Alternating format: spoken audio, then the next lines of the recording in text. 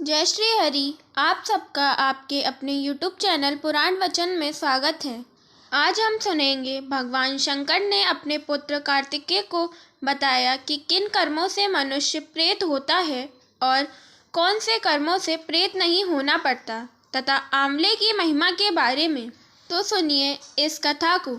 एक बार भगवान शिव से कार्तिकेय जी ने पूछा, पिताजी, कौन से कर्मों से मनुष्य प्रेत योनि को प्राप्त होता है तथा कौन से कर्मों से प्रेत योनि में नहीं होना पड़ता, और साथ ही आंवले की महिमा के बारे में। तब भगवान शंकर ने कहा, बेटा सुनो, एक बार की बात है कि एक समय कुछ साधु महात्मा जंगल से गुजर रहे थे। उसी समय प्रेतों ने उनका मार्ग रोककर कहा। प्रेत बोले, आप लोगों का ज्ञान उत्तम है, इसलिए हम आपसे एक प्रश्न पूछते हैं। जहाँ वेदों और नाना प्रकार के मंत्रों का गंभीर घोष होता है, जहाँ पुराणों और स्मृतियों का स्वाध्याय किया जाता है, वहाँ हम एक क्षण के लिए भी नहीं ठहर सकते। यज्ञ, होम, जप तथा देव पूजा आदि शुभ कार्यों के सामने हमारा ठहरना असंभव है। इसलिए हमें यह बताइए कि कौन सा कर्म करके मनुष्य प्रेत योनि को प्राप्त होते हैं। हमें यह सुनने की इच्छा है कि उनका शरीर विकृत क्यों कर हो जाता है। ब्रह्म ऋषियों ने कहा, जो झूठी गवाही देते तथा वध और बंधन में पड़कर मृत्यु को प्राप्त होते हैं, वे नरक में पड़े हुए जीव ही प्रेत होते हैं। जो ब्राह्मणों के दोष ढूंढने में लगे रहते हैं और गुरुजनों के शुभ कर्मों में बाधा पहुंचाते हैं, तथा जो श्रेष्ठ ब्राह्मण को दिए जाने वाले दान में रुकावट डाल देते हैं, वह चिरकाल तक प्रेत योनि में पड़कर नरक से कभी उद्धार नहीं पाते। जो मूर्ख अपने और दूसरे के बैलों को कष्ट दे उनसे बोझ ढोने का काम लेकर उनकी रक्षा नहीं करते, जो अपनी प्रतिज्ञा का त्याग करते, असत्य बोलते और व्रत भंग करते हैं, तथा जो कमल के पत्ते पर भोजन करते हैं, वे सब इस पृथ्वी पर कर्मानुसार प्रेत होते हैं। जो अपने चाचा और मामा आदि की सदाचारिणी कन्या तथा साध्वी स्त्री को बेच देते हैं, वे भूतल पर प्रेत होते हैं।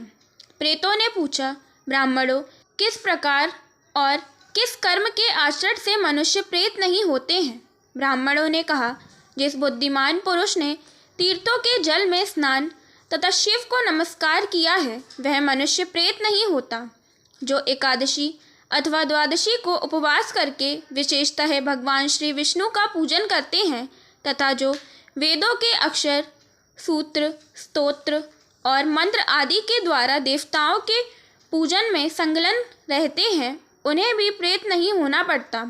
पुराणों के धर्मयुक्त दिव्य वचन सुनने, पढ़ने और पढ़ाने से तथा नाना प्रकार के व्रतों का अनुष्ठान करने और रुद्राक्ष धारण करने से जो पवित्र हो चुके हैं एवं जो रुद्राक्ष की माला पर जप करते हैं, वे प्रेत योनि को नहीं प्राप्त होते।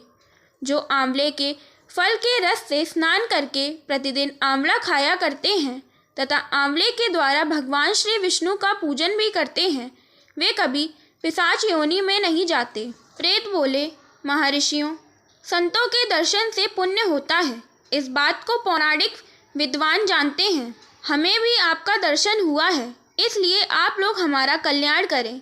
धीर महात्माओं, जिस उपाय से हम सब लोगों को प्रेत योनि से छुटकारा मिले, उसका उपदेश कीजिए। हम आप लोगों की शरण में आए हैं। ब्राह्मण बोले, हमारे वचन से तुम लोग आंवले का भक्षण कर सकते हो, वह तुम्हारे लिए कल्याणकारक होगा। उसके प्रभाव से तुम उत्तम लोक में जाने के योग्य बन जाओगे। महादेव जी कहते हैं, इस प्रकार ऋषियों से सुनकर पिशाच आंवले के वृक्ष पर चढ़ गए और उसका फल ले लेकर उन्होंने बड़ी मौज के साथ खाया। तब देवलोक से तुरंत ही एक पीले रंग का स्वर्णमय विमान उतरा, जो परम शोभायमान था। पिशाचों ने उस पर आरूढ़ होकर स्वर्गलोक की यात्रा की। अनेक व्रतों और यज्ञों के अनुष्ठान से भी जो अत्यंत दुर्लभ है, वही लोग उन्हें आंवले का भक्षण करने मात्र से मिल गया। कार्तिकेय जी ने पूछा, पिताजी, जब आंवले के फल का भक्षण करने मात्र से प्रेत पुण्यात्मा होकर स्वर्ग को चले गए, तब मनुष्य आदि जितने प्राणी हैं, वे भी आंवला खाने से क्यों नहीं तुरंत स्वर्ग में चले जाते। महादेव जी ने कहा, बेटा, स्वर्ग की प्राप्ति तो उन्हें भी होती है, किंतु तुरंत ऐसा न होने में एक कारण है। उनका ज्ञान लुप्त रहता है। वे अपने हित और अहित की बात नहीं जानते, इसलिए आंवले के पेड़ के महत्व में उनकी श्रद्धा नहीं होती। जिस घर की मालकिन सहज ही काबू में न आने वाली पवित्रता और संयम से रहित गुरुजनों द्वारा निकाली हुई तथा दुराचारिणी होती हैं, वहाँ प्रेत रहा करते हैं। जो कुल और जाति से नीच, बल और उत्साह से रहित, बहरे, दुर्बल और दीन हैं, वे कर्मजनित पिशाच हैं, जो माता, पिता, गुरु और देवताओं की निंदा करते हैं। पाखंडी और वामाग्री हैं, जो गले में फांसी लगाकर, पानी में डूबकर, तलवार या छुरा भोंककर अथवा जहर खाकर आत्मघात कर लेते हैं। वह प्रेत होने के पश्चात इस लोक में चांडाल आदि योनियों के भीतर जन्म ग्रहण करते हैं। जो माता पिता आदि से द्रोह करते, ध्यान और अध्ययन से दूर रहते हैं, व्रत और देव पूजा नहीं करते, मंत्र और स्नान से हीन रहकर गुरु पत्नी गमन में प्रवृत्त होते हैं, तथा जो दुर्गति में पड़ी हुई चांडाल आदि की स्त्रियों से समागम करते हैं, वे भी प्रेत होते हैं। मलेच्छों के देश में जिनकी मृत्यु होती है, जो मलेच्छों के समान आचरण करते और स्त्री के धन से जीविका चलाते हैं, जिनके द्वारा स्त्रियों की रक्षा नहीं होती, वे निसंदेह प्रेत होते हैं। जो क्षुधा से पीड़ित, थके मादे, गुणवान और पुण्यात्मा अतिथि के रूप में घर पर आए हुए ब्राह्मणों को लौटा देते हैं, उसका यथावत सत्कार नहीं करते। जो गौ बख्शी मलेच्छों के हाथ गौ बेच देते हैं, जो जीवन भर स्नान, संध्या, वेद पाठ, यज्ञानुष्ठान और अक्षर ज्ञान से दूर रहते हैं, जो लोग झूठे, शकोरे आदि और शरीर के मल मूत्र तीर्थ भूमि में गिराते हैं, वे निसंदेह प्रेत होते हैं। जो स्त्रियां पति का परित्याग करके दूसरे लोगों के साथ रहती हैं, वे चिरकाल तक प्रेत लोक में निवास करने के पश्चात चांडाल योनि में जन्म लेती हैं। जो विषय और इंद्रियों से मोहित होकर पति को धोखा देकर स्वयं मिठाइयाँ उड़ाती है, वे पापाचारिणी स्त्रियां चिरकाल तक इस पृथ्वी पर प्रेत होती हैं। जो मनुष्य बलपूर्वक दूसरे की वस्तुएं लेकर उन्हें अपने अधिकार में कर लेते हैं और अतिथियों का अनादर करते हैं, वे प्रेत होकर नरक में पड़े रहते हैं।